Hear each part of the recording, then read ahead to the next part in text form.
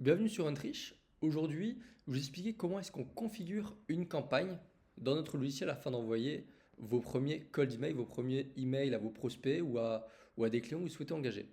On va commencer par la configuration du nom. Ici, c'est très simple. Nous, on va mettre création de site internet en se disant qu'on va prendre le case study d'une agence qui souhaite créer des sites internet pour différentes entités en B2B.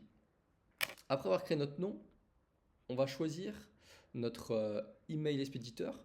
Vous pouvez en avoir plusieurs, ce qui va vous permettre d'envoyer des campagnes multi-sender. Ici, dans notre cas, on n'a qu'une seule adresse email expéditrice disponible, ce qui fait qu'on va aller cocher celle-ci.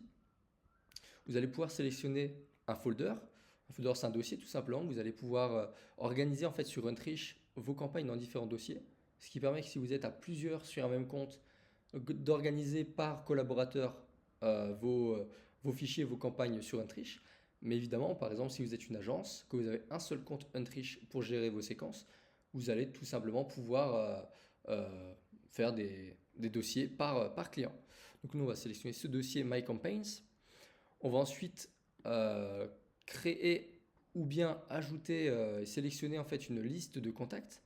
Ici, j'ai déjà une liste de créer, donc je vais pouvoir la cocher. Mais vous pouvez très bien porter une liste en cliquant sur le bouton Create a list of contacts. Pareil, si vous voulez aller manager et gérer un peu vos listes, vous pouvez cliquer sur le bouton qui est ici. On en vient à la partie entre guillemets la plus technique de votre configuration, qui va être en fait le nombre maximum d'emails envoyés par jour et le nombre maximum de nouveaux contacts à engager.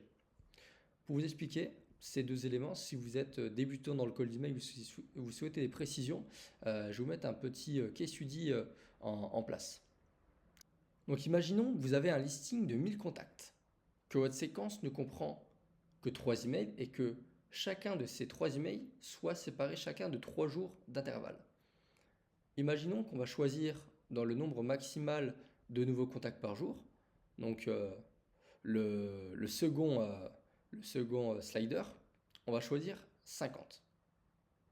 Ce qui fait que au niveau de votre premier step, vous allez envoyer 50 emails. Au niveau de votre second step, vous allez aussi envoyer 50 emails. Mais ce qui fait qu'au step 3, au troisième jour, on va devoir engager 100 contacts. Parce qu'en fait, vous allez devoir relancer les contacts en fait, que vous avez déjà engagés. Ce qui fait qu'au final, il y a des jours où vous allez envoyer 150 emails. Donc l'objectif, c'est de ne pas commencer trop haut et que les emails en fait, ne se cumulent pas et qu'on ne dépasse pas une certaine limite. Il faut faire en fait des calculs tout simplement avec le réglage de limite dans vos journaliers. Il va vous permettre de fixer une sécurité maximale et c'est à vous de réfléchir en amont en fait au niveau de vos configurations, quoi. Vous avez ensuite votre time zone. Donc ici, nous, on sélectionne le 2 pour être situé à Paris. Après, vous pouvez taper la ville où vous êtes situé. Et ensuite, vous pouvez sélectionner aussi a peak date, donc ça veut dire faire débuter votre campagne à une date précise, mais aussi une heure précise. C'est très intéressant pour aller mettre en place des séquences dès le matin en disant salut, je suis en train de boire mon café, je t'envoie une séquence, ou bien le soir à des horaires où vous ne seriez pas trop disponible. Donc ça, c'est vraiment votre guise. Vous allez aussi pouvoir configurer le fait de stopper la séquence par une ouverture ou par une réponse. Vous allez pouvoir sélectionner les jours, donc il y a tous les jours de la semaine évidemment, et vous allez pouvoir sélectionner en fait les heures à laquelle vous souhaitez envoyer vos campagnes, donc c'est des heures de bureau ou bien si c'est le week-end, ça c'est vraiment selon vous, selon vos volontés, vos stratégies. Vous allez pouvoir placer un lien de désinscription et le personnaliser. Par exemple, mettre voici votre lien pour arrêter de recevoir des emails. Et ensuite, on en vient à la configuration de vos séquences. Vous pouvez ajouter des steps à votre convenance, donc avec différents sujets. Donc ici, par exemple, pour du mail 1 au mail 2, on peut mettre par exemple 3 jours. Après, je vous laisse configurer de façon comme vous le souhaitez vos sujets et votre texte. Mais voilà, c'est très très simple à configurer.